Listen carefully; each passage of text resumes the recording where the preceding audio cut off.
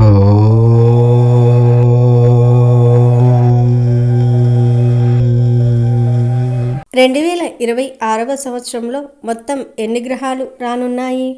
మన భారతదేశంలో ఈ గ్రహణాలు కనిపిస్తాయా లేదా?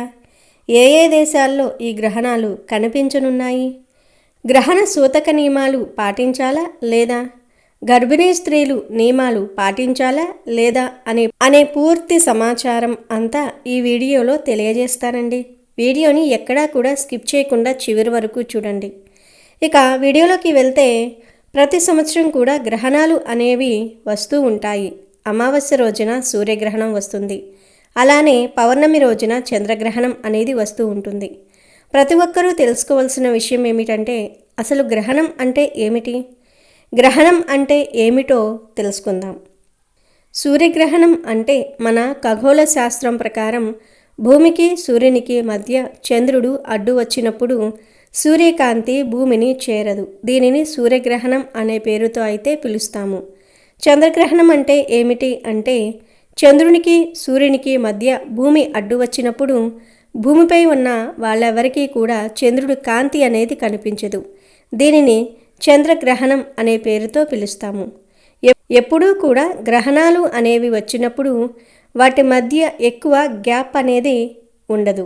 సూర్యగ్రహణం వచ్చిన 15 రోజుల వ్యవధిలోనే చంద్రగ్రహణం అనేది రావటం అలా జరుగుతూ ఉంటుంది. ఇలా ఒకే పక్షంలో అంటే 15 రోజుల వ్యవధిలో 2 గ్రహణాలు సంభవించినప్పుడు మన భూమిపైన, మన జీవితాల్లోనూ అలాగే ప్రకృతిలోనూ కొన్ని కీలకమైన మార్పులు సంభవిస్తాయి. జ్యోతిష్య శాస్త్రం ప్రకారం ఇలాంటి పరిస్థితులు ఏర్పడినప్పుడు దేశకాల పరిస్థితుల్లో మార్పులు రావటం కానీ, వాతావరణంలో పెను మార్పులు చోటు చేసుకోవటం కానీ జరుగుతూ ఉంటుంది. అలాగే మానసిక స్థితిగతులపై కూడా ఈ గ్రహణ ప్రభావం అనేది ఉంటుంది. కాబట్టి మన పెద్దలు చెప్పిన నియమాలను పాటించటం చాలా అవసరం. ఈ 2026వ సంవత్సరంలో మొత్తం 4 గ్రహణాలు అయితే రానున్నాయి. అందులో 2 సూర్యగ్రహణాలు మరియు 2 చంద్రగ్రహణాలు ఉన్నాయి. ఇప్పుడు మొట్టమొదటిగా 2026వ సంవత్సరంలో ఏ గ్రహణం రాబోతుంది? ఆ గ్రహణం పట్టు విడుపు నియమాలు ఏ ఏ దేశాల్లో కనిపిస్తుందో అన్నీ కూడా తెలుసుకుందాము. 2026వ సంవత్సరంలో ఫిబ్రవరి 17వ తేదీన సూర్యగ్రహణం రాబోతుంది. ఫిబ్రవరి 17వ తేదీన మాఘమాసం మంగళవారం బహుళ అమావాస్య తిథి నాడు ఈ గ్రహణం ఏర్పడుతుంది. ఈరోజు వచ్చేటటువంటి సూర్యగ్రహణాన్ని కంకణాకార సూర్యగ్రహణం అనే పేరుతో పిలుస్తాము. అలానే దీనికి ఉన్న మరొక పేరు రాహుగ్రస్త కంకణాకార సూర్యగ్రహణం. ఈ గ్రహణం ప్రధానంగా దక్షిణ అర్ధగోళంలోని ప్రాంతాల్లో కనిపిస్తుంది. దక్షిణ అమెరికాలోని కొన్ని భాగాలు, దక్షిణ అర్జెంటీనా, చిలీ మరియు దక్షిణ అమెరికాలోని కొన్ని భాగాల్లో అనగా దక్షిణ అర్జెంటీనా, చిలీ మరియు దక్షిణ ఆఫ్రికా ప్రాంతాల్లో దీని ప్రభావం ఉంటుంది. ముఖ్యంగా అంటార్క్టికా ఖండం మరియు హిందూ మహాసముద్ర పరిసరాల్లో ఈ గ్రహణం స్పష్టంగా గోచరిస్తుంది. వీటితో పాటు అంటార్క్టికా, బోట్స్వానా, బ్రిటిష్ హిందూ మహాసముద్ర ప్రాంతాలు, ఎస్వాన్టిన్, ఫ్రెంచ్ దక్షిణ భూభాగాలు, లెసోతో, సీషెల్స్, నమీబియా మరియు మోంజాబిక్ వంటి దేశాల్లో కూడా ఈ గ్రహణాన్ని చూడవచ్చు. ఈ ప్రాంతాల్లో నివసించే ప్రజలకు ఈ ఖగోళ మార్పు స్పష్టంగా కనిపిస్తుంది కాబట్టి వారు గ్రహణ నియమాలను ఖచ్చితంగా పాటించాల్సి ఉంటుంది. అయితే భారతీయ ప్రజలకు మరియు ఇక్కడ నివసించే వారికి ఒక ముఖ్యమైన విషయం ఏమిటంటే, ఈ ఫిబ్రవరి 17వ తేదీన వచ్చే సూర్యగ్రహణం భారతదేశంలో ఎక్కడా కనిపించదు. మన దేశంలో ఈ గ్రహణం గోచరించదు కాబట్టి భారతీయులు ఎటువంటి గ్రహణ నియమాలను పాటించవలసిన అవసరం లేదు. సాధారణంగా గ్రహణం సమయంలో పాటించే సూతక నియమాలు కానీ, గర్భిణీ స్త్రీలు పాటించాల్సిన కఠిన నిబంధనలు కానీ మన దేశ ప్రజలకు వర్తించవు. గర్భిణీలు ఎటువంటి భయం లేకుండా తమ దైనందిన కార్యక్రమాలను చేసుకోవచ్చు. కానీ ఇప్పుడు మనం చెప్పుకున్న దేశాలలో ఎవరైనా భారతీయులు నివసిస్తూ ఉంటే మాత్రం వారు ఆ ప్రాంతంలో గ్రహణ ప్రభావం ఉంటుంది కాబట్టి తప్పనిసరిగా నియమాలను అనుసరించాలి. గ్రహణం కనిపించే చోట ఆహార నియమాలు పాటించటము, గ్రహణ సమయంలో దైవ ప్రార్థనలు చేయటం, జపాలు నిర్వహించటం వంటివి ఆధ్యాత్మికంగా ఎంతో శ్రేయస్కరమని పండితులు సూచిస్తూ ఉన్నారు. ఈ విధంగా 2026లో రాబోయే మొదటి గ్రహణం భారతీయులకు ఎటువంటి ఇబ్బంది కలిగించకపోయినా విదేశాలలో ఉన్నవారికి మాత్రం నియమ నిబంధనలతో కూడిన ఒక ముఖ్యమైన ఖగోళ ఘటనగా నిలవనున్నది. ఇక 2026వ సంవత్సరంలో రెండవ గ్రహణం గురించి మాట్లాడుకుంటే ఇది మార్చి 3వ తేదీన ఏర్పడుతుంది. ఇది సంపూర్ణ చంద్రగ్రహణం రూపంలో మన ముందుకు రాబోతుంది. మార్చి 3వ తేదీ పాల్గొన మాసం శుక్ల పౌర్ణమి తిథి నాడు గ్రస్తోదయ సంపూర్ణ చంద్రగ్రహణం ఏర్పడుతుంది. మన భారతదేశంలో ఈ గ్రహణం అనేది కనిపిస్తుందా లేదా అన్న విషయానికి వస్తే ఈ గ్రహణం దాదాపుగా ప్రపంచవ్యాప్తంగా కనిపిస్తుంది. మన భారతదేశంలో ఖండగ్రాస గ్రహణం అంటే ఆ గ్రహణ బింబ దర్శనం అనేది మనకు ఖచ్చితంగా కనిపిస్తుంది. దీనికి సంబంధించి పట్టు విడుపు సమయాలను చాలా జాగ్రత్తగా గమనించండి. ప్రపంచవ్యాప్తంగా ఈ గ్రహణ నియమాలను పరిశీలిస్తే ప్రపంచవ్యాప్తంగా ఈ ప్రక్రియ మధ్యాహ్నం 3:19 ప్రారంభమై సాయంత్రం 6:46 వరకు కొనసాగుతుంది. అయితే భారతదేశంలో మనం గ్రహణాన్ని చూసే సమయం భిన్నంగా ఉంటుంది. మన దేశంలో సూర్యాస్తమయం అయ్యే సమయానికి చంద్రుడు గ్రహణంతోనే ఉదయిస్తాడు. అంటే సాయంత్రం 6:02 నుండి సాయంత్రం 6:46 వరకు దాదాపు 44 నిమిషాల నుండి 59 నిమిషాల పాటు మనకు చంద్రబింబ దర్శనం లభిస్తుంది. ఈ తక్కువ సమయంలోనే గ్రహణ ప్రభావం బలంగా ఉంటుంది. కాబట్టి భారతదేశంలోని ప్రజలందరూ ఖచ్చితంగా గ్రహణ నియమాలను పాటించాలని శాస్త్రాలు చెప్తూ ఉన్నాయి. ముఖ్యంగా ఈ గ్రహణ కాలంలో స్నాన విధులకు అధిక ప్రాధాన్యత ఉంది. సాయంత్రం 6:02 గ్రహణం పట్టు సమయం కాబట్టి ఆ సమయంలో పట్టు స్నానం చేయాలి. గ్రహణం పూర్తయ్యే 6:46 విడుపు స్నానం ఆచరించాలి. ఈ సమయంలో గర్భిణీ స్త్రీలు అత్యంత అప్రమత్తంగా ఉండాలి. గర్భిణీలు ఇంటి గడప దాటి బయటకు రాకూడదు. పదునైన వస్తువులను తాకకూడదు మరియు నిద్రపోకూడదు. కేవలం గర్భిణీలే కాకుండా 5 ఏళ్లలోపు చిన్న పిల్లలున్న తల్లులు కూడా తగిన జాగ్రత్తలు తీసుకోవాలి. గ్రహణ సమయంలో ఆహార పానీయాలు తీసుకోకుండా కేవలం భగవంతుని నామస్మరణలో గడపటం శ్రేయస్కరం. ఓం నమః శివాయ లేదా చంద్రశేఖరాష్టకం వంటివి పఠించటం వల్ల గ్రహణ దోషాలు తొలగిపోతాయి. జ్యోతిష్య శాస్త్ర రీత్యా ఈ చంద్రగ్రహణం పుబ్బా నక్షత్రం మరియు సింహరాశిలో సంభవిస్తుంది.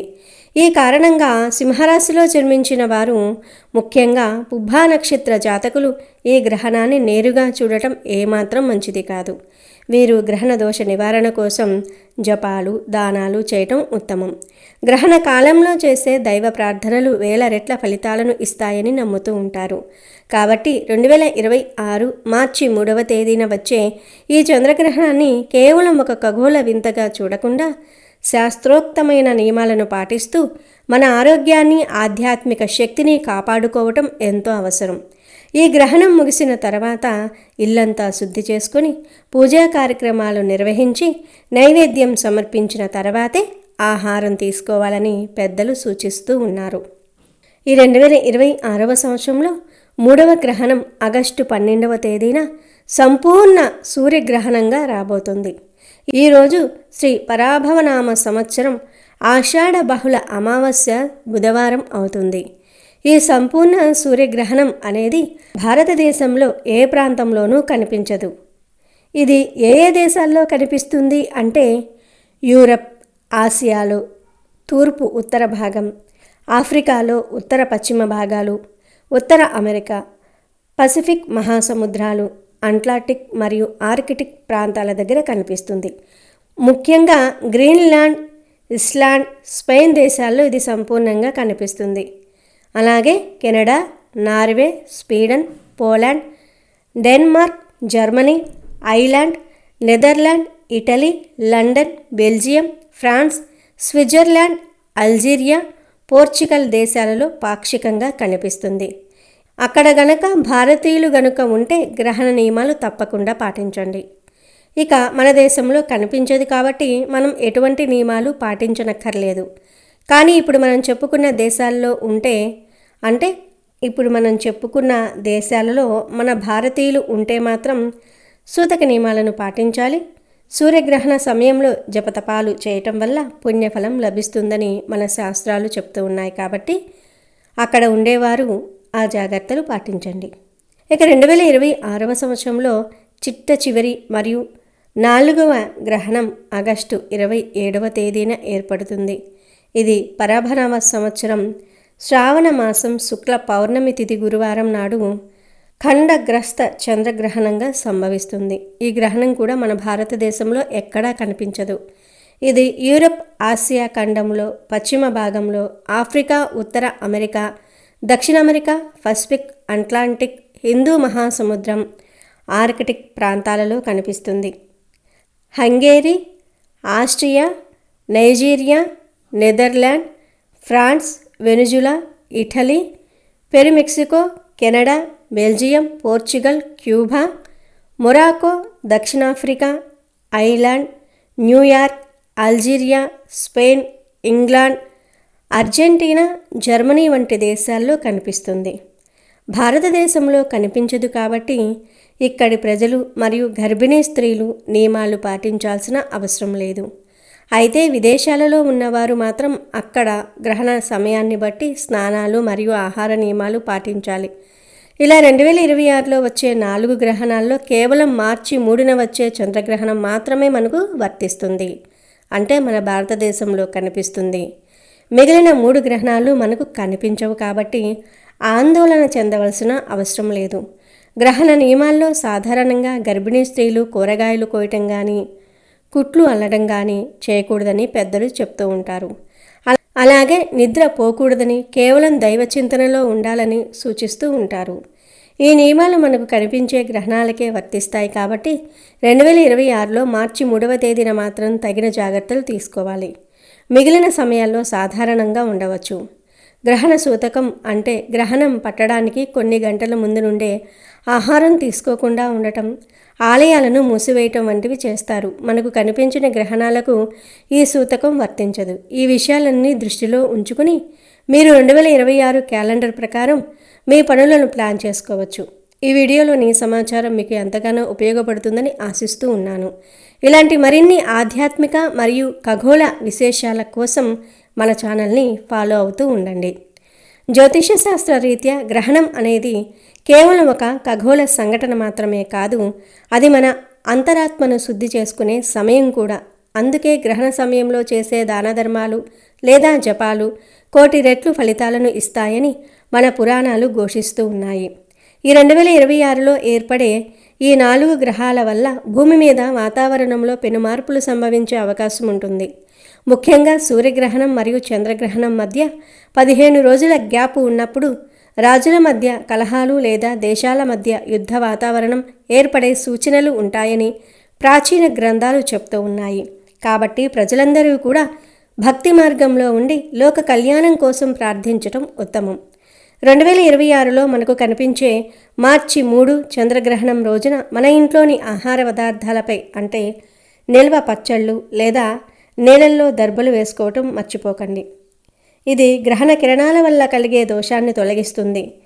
గ్రహణం విడిచిన తర్వాత ఇల్లంతా శుభ్రం చేసుకుని స్నానమాచరించి అప్పుడు వంట చేసుకుని తినటం మన సాంప్రదాయం గనుక గ్రహణం రోజులలో ఈ నియమాలను తప్పకుండా పాటించండి.